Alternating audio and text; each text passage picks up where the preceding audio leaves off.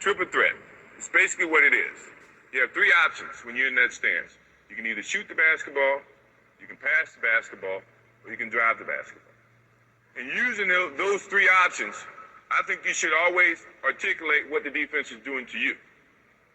And three moves that I try to utilize and you've seen me use in the years that I've played, and I think are very valuable to me, is to attack the defense based on his stance. If I'm attacking, I'm going to use a jab step. And a jab step is a quick step to get the defense to react. And if the defense does not react, then you have a lot of other options that you can go about that. So jab step with your right foot, defense does not react, you go past and putting the ball here so that the defense cannot get to it. Now the second move of that triple threat situation is called a crossover. And the crossover is strictly just a change of direction. And let me show you exactly the way it should be done. In protecting the basketball, you're jabbing with your right foot, and the defense sometimes react that way, and you want to change your direction. This is what most of the people do that's going to get called for traveling. In jabbing with this right foot, they get so quick, they go this way by moving their left foot, which is your pivot foot. That is traveling in any league. So the correct way to do it is when you jab, now you're going to pick up the same foot that you jabbed with and change directions.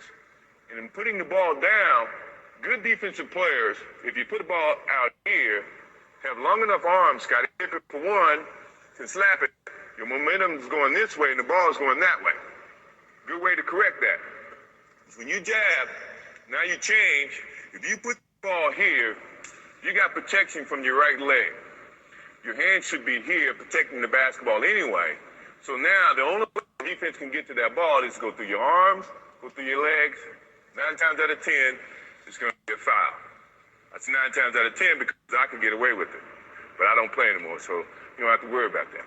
So, jab step, change the direction this way, putting the ball inside your legs. Now, the good thing about an offensive player is you got to be able to go both ways. If you go one way, now you're limiting your options. The defense is going to read that, and then they become more, I guess, have the advantage to try to limit your options. As an offensive player, you never want to limit your options. So, when you're working on that move to do it this way, also do it that way.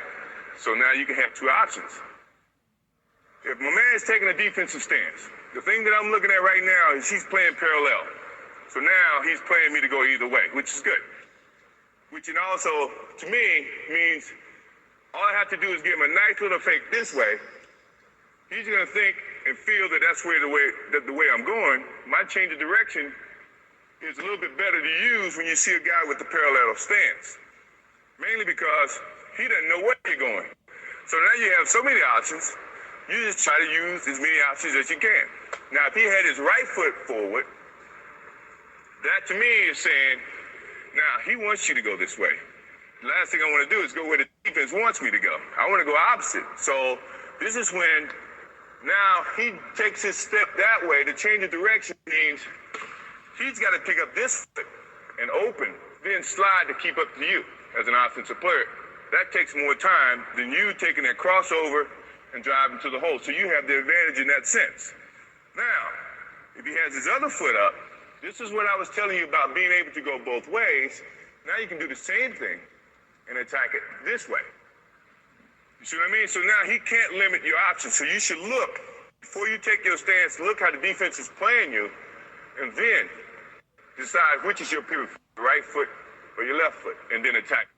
The third part of that triple threat situation involves the shot, fake shot, and a little bit of the crossover as well as the drive to the basketball hole.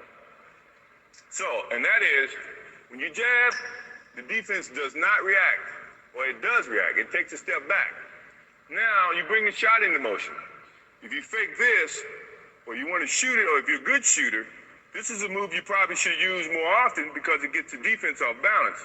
If you jab, now you come up for the shot, 9 times out of 10, if you're a good shooter, the defense is going to come this way. And as a defensive player, you never want to be out of position. And once you're out of the air or out of position, offensive player can attack that position. So when the defense goes up, now you can go this way, go to the hole, stop, pull up, and shoot a jump shot. All right? If you're a good shooter, Brent Rice. If you fake the shot or you jab, now he doesn't react or he does react, take a step back, now it opens you up for the shot. Now if you make a couple of those shots, his first reaction is, oh, well, I can't let him shoot another jump shot. I got to come up there and challenge it. So he's going to come up and challenge. Now I'm going past him because he's out of his defensive stance. So if you understand what I'm talking about, it puts the offensive player in a great advantage because the defense the whole time is guessing. And you know when you guess, you have an opportunity of being right, and you have an opportunity of being wrong. And I like those odds as an offensive player.